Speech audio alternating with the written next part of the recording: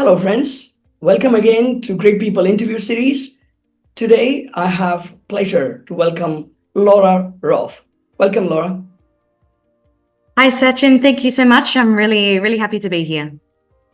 Great. She is, if you're thinking of women in leadership and how to get there, and what are the steps and tips. Well, today is a session where you're going to get a lot of insights on women in leadership, how to get there, how to stay there.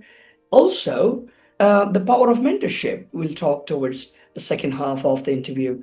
So, Laura, let's start talking about your career. You're from Australia. So how did it all start and how did you get into the financial services sector, fintech? Great. Absolutely. Well, thank you so much. First and foremost, I never really thought and saw myself as being in financial services when I first started out at university. And as you mentioned, I'm Australian.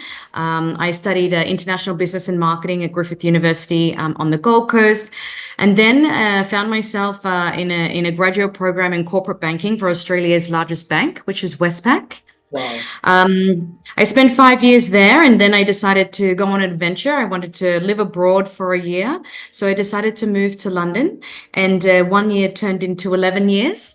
And I found myself working in the Fintech industry. It was quite a challenge initially at the outset. I had to start off at the bottom of the career ladder and work my way up. But it's been an adventure, and now I find myself here in sunny Barcelona. And something that I found across the course of my career in financial services, which has been about just nearly 15 years now, is that I found a passion for diversity and inclusion, and I do what I can to champion this across the fintech sector. Fantastic. Well, share, if you could, any of those your experiences while working in London, because that's bulk of your experience. And those who are aspiring to get into fintech industry, what have been the areas where you could probably help them in accelerating their growth. At the same time, what do you see as the future over the next few years and what people should be preparing themselves into? Absolutely. So, one thing for me, I mean, I started off in traditional banking, and then, fell into the fintech sector, and now I'm working in the payment space. And I think you probably speak to most people in the payments industry, and they would all have said that they never intended to. This is a career that you tend to fall into somehow, one way or another. And then once you're in it, you don't really want to leave. And I think, some of the reasons behind that are very much because it's an exciting industry to be a part of. We all, money movement around the world is a necessity these days. We want it faster, we want it quicker, we want it cheaper. Whether you're living in London and wanting to send money back home to Australia, or you're wanting to pay your supplies in another country, this is an industry that is fast forwarding quite significantly. And, in the past, we've relied on traditional banking methods, but now you see, many of these neobanks popping up, the likes of your Revoluts and your Wise and so forth. And they're really challenging the market to do better for consumers, for you, for me, etc. And I think this is one of the reasons that it's such a hot industry, and that there's still very much significant investment into the industry. You've got these hubs, formerly you'd think of Silicon Valley as a tech hub from a tech perspective, but now London is very much still dominating the tech scene. You've got hubs like Paris popping up. Latin America is emerging quite significantly, as are more and more African nations as well, really seeing the power of technology within the fintech space. So I think, it's definitely exciting industry to get into. It's also very competitive because it's quite demanding. It's a fast pace. It's a certain environment. It demands certain skills and knowledge. So for me, I mean, getting into the industry is you need to think about work experience. You know, what can you do to gain knowledge and experience and insights into the industry? Can you lean into your community? Do you know friends and family who are in the industry? Could you perhaps do an internship over the summer? You know, these are sorts of things that I would highly recommend. Start, you know, following influencers across the industry. LinkedIn and YouTube are huge hubs and sources of information and knowledge. So I think there's definitely a lot out there, and I think the future is, you know, exciting with the emergence and the significant growth of AI. You know, this is what we all seem to hear about these days, is going to have a significant impact on the industry. So, you know, developing skills in this area. This is, you know, fintech is one that's been incorporated into, AI is one that's been incorporated into fintech sector, I would say now, but there's still so much opportunity there. There's still much unknown out there, and that there's sort of advances of emerging technologies, blockchain, etc. So it's only going to keep progressing. It's only going to keep growing. So yeah, that's a bit about the fintech sector, and one of the reasons that I chose to continue my career in it. Wow, fantastic. So it's, you know, not those traditional, you do your MBA in finance and your studies in finance, and then you get into the sector. But I think if you want to grow, you probably need these digital skills, you need those AI skills along with your finance skills to kind of progress in today's finance market, isn't it? Yes, absolutely. I think, you know, I did an executive MBA actually through COVID, and you know, it definitely taught me a lot. But I think it's also about getting that hands-on experience and guidance from experienced leaders within the industry, and that's where I think mentorship can be very valuable tool, leaning on people's experiences, and for those who, you know. Mentorship is something maybe everybody's heard of, but whether they fully understand what it is, I mean, I think for me, mentorship is very much about a trusted partnership where, you know, somebody supports, they guide, they help open doors for you, they offer their knowledge and experience. And for me, actually, I've recently launched a mentorship platform called EmpowerMatch. And one of the reasons behind that was because, you know, I look back on my career and I think, you know, in the early years, where would I have been if I had a mentor early on? Yeah. I often looked for a mentor. I couldn't seek that out, or there were financial barriers, etc. And now in my career, I work with lots of senior leaders who are often like, you know, I'm at that point in my career. I would love to give back, but mentorship would be great. But where do I find a mentee? So I Yeah. thought to solve this problem with EmpowerMatch, which is an AI-powered smart matching mentorship platform. But the platform, because of my passion around diversity and inclusion, is specifically supporting those from underrepresented groups. So I think the power of mentorship is invaluable. So this is something that I know continues to help me in my career. So that's great. I think it's a great initiative. And can you please explain to the audience, because there is, you know, mentorship is a loosely used term, and probably it is subject to interpretation of every individually how they see that happening. So in the context of your upcoming portal, the platform, what you expect mentors to do when they want to become a mentor as part of your platform? Yeah, absolutely. I mean, I think firstly to touch on your first point, that you're absolutely right. Mentorship can come in many shapes and forms. For example, you know, in the work environment, you might have a manager who supports you in terms of in the workplace, and that intermittent mentorship. But then there's also structured programs, and that's something that I wanted to incorporate into EmpowerMatch. So we have more of a structured program where mentors donate their time, a minimum of 6 hours over a 6-month period, and this can then continue developing on depending on whether the relationship strengthens and grows and wants to move forward. But then, yes, I mean, at the end of the day, I think mentorship, as I mentioned to you, it's about mentors offering their perspective, helping open doors, maybe access to communities and peoples and information that may not be immediately available to mentees. But I think it's also about, I think it's very important for mentees to understand what they want to get out of mentorship, and make sure that they come to these sessions with an idea and a thought and a goal to achieve. And on the platform, I help provide these resources and tools on how to get the most out of mentorship. And I think that that's something that's super important. So is it those tools that they need to use or go through before they go on to a session? So yes, I would say it's quite handy, particularly for mentees to, if they haven't had mentorship before and not aware of how to get the best out of it, they can utilize the tools. There's videos, YouTube clips on and also how to kind of structure your session so you're prepared.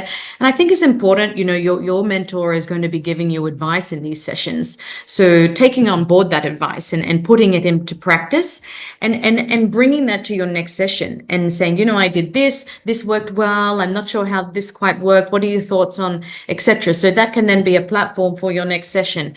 And one thing that mentors are donating their time on the platform, and they want to see the progress. They want to see you succeeding and doing well and taking on board what you're saying. So I think it's important to help to provide that information to them too. So how do you provide that information? So, I mean, this is what the session is about. Have these open conversations with your mentor, and you've gone, during your sessions, you've implemented the actions that you've been able to, and then you come to the session and then you provide that feedback and let your mentor know, what's worked well, what didn't work well, perhaps, because that can also happen. But that's what these sessions are about: learning, pivoting, growing together.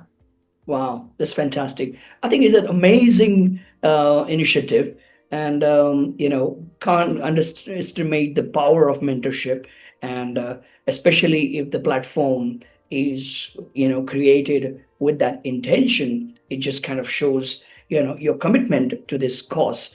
And so while I'm absolutely on board in doing so, I'm just playing devil's advocate here, and I just wanted to understand, how do you, I mean, have you done anything to ensure that the mentors and mentees have a kind of a framework to work through, or is it a free flow conversation? I mean, there are two ways, and nothing is right or wrong, but sometimes you don't know. The mentor might have a great experience in fintech, for example, but they don't have an experience of mentoring someone. So they might Of have course. a casual conversation, which might not result into anything, and mentee might find that a little, boring, because I think, or sometimes other way around, mentee is not able to figure out what my question is, and mentor is putting their time in, not trying to understand what is your problem, where do you want help. So do you have any kind of framework? Yeah, great question. Great question, Sachin. And it's a point that I had considered. So we have an application process, so for both mentees and mentors on the app on the platform before they're able to join. And when they go through this application process, we collect lots of data around what their experience is, what they're looking for out of mentorship. And as I mentioned, the platform is a AI smart matching platform. So we have an algorithm in the back end that then aligns mentors and mentees according to, say, for example, the skill sets they have, the experience they have. So you may, as a mentor, may have never mentored somebody before, but you may have 10 years industry experience and feel that you can really give something back. So you can say that you would like to mentor somebody who is from, maybe hasn't had much experience yet in the workforce, versus somebody who has, maybe 20 plus years experience. So we've thought about this in our algorithm to make sure we match and align people as best as possible. But the other point I really want to touch on there is that, mentorship, you don't necessarily need to have a mentor in the same industry as you. In fact, sometimes it can be an advantage to have somebody that sits outside of your industry, because they can give perspective in different ways and shapes or forms. And this falls into the kind of the diversity and inclusion piece, because we want to be matching with people who don't necessarily have the same mindset and way of thinking of you, can really help individuals learn and grow quite significantly and give you a different perspective on and view on a matter. So there's that element, but also, yes, we do have templates and documentation that people can utilize if that's something that they feel that they need. This is amazing. This is really amazing. So when a mentee applies and gets a matched mentor, how does it work from there on? I mean, does Sure. mentee get any kind of how do they schedule their session?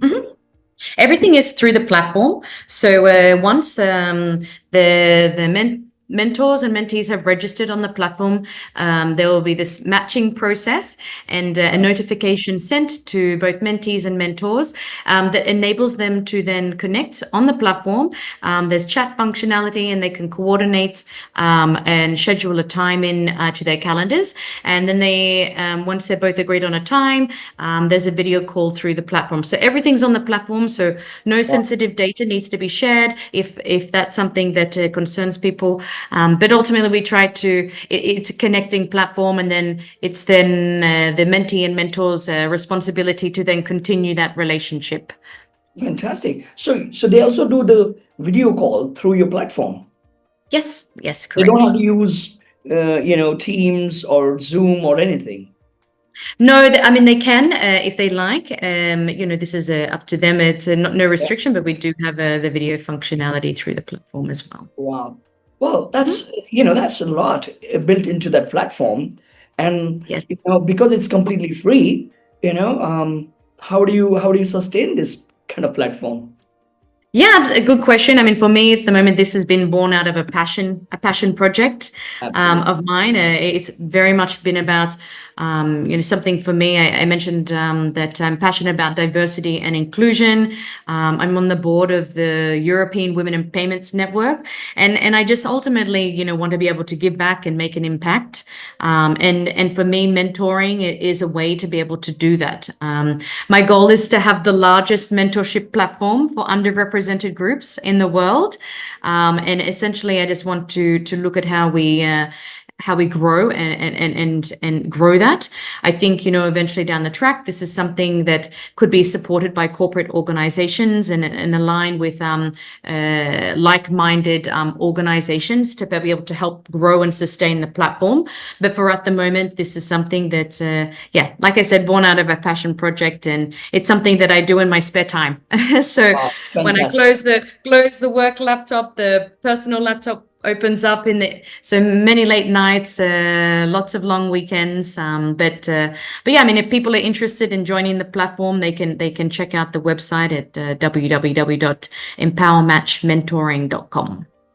Fantastic. It's really great initiative, and it's your philanthropy where you're putting in your own time and money to make an impact. I think I highly suggest to the audience listening to this, please go onto this website and check it out. I'm sure whatever stage you are in life, you would want a mentor for sure. Yeah, and Absolutely. if you are at a stage of life where you think you know something, you could become a mentor as well, right? So you could be a mentor and mentee at the same time. Because if you are growing a business, you want a business, successful business person to be a mentor. and you could be a mentor to the students who are just coming out of universities. So I highly encourage all of you to go onto this website, check it out. It's completely free. And Laura, what a fantastic initiative that you have got here.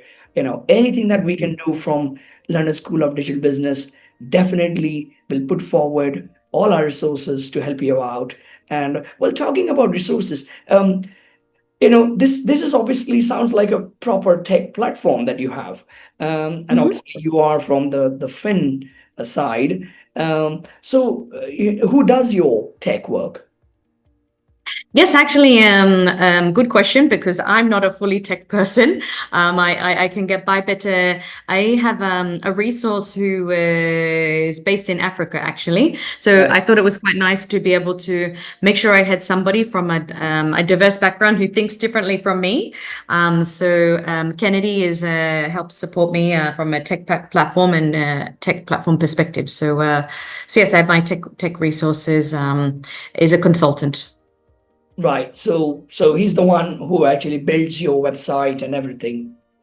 Yes, yeah, he does the technical side. I do all the design and tell him what I need, and he waves his magic wand and Oh, does the back end for me. Mhm. fantastic. That's really, really amazing.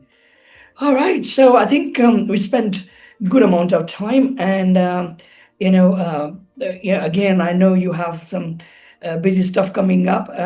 Thank you so much for your time, and good luck with your initiative. And thank you for sharing the insights on fintech careers for our audience. Thank you so much. Thank you, Sachin. Thanks for having me.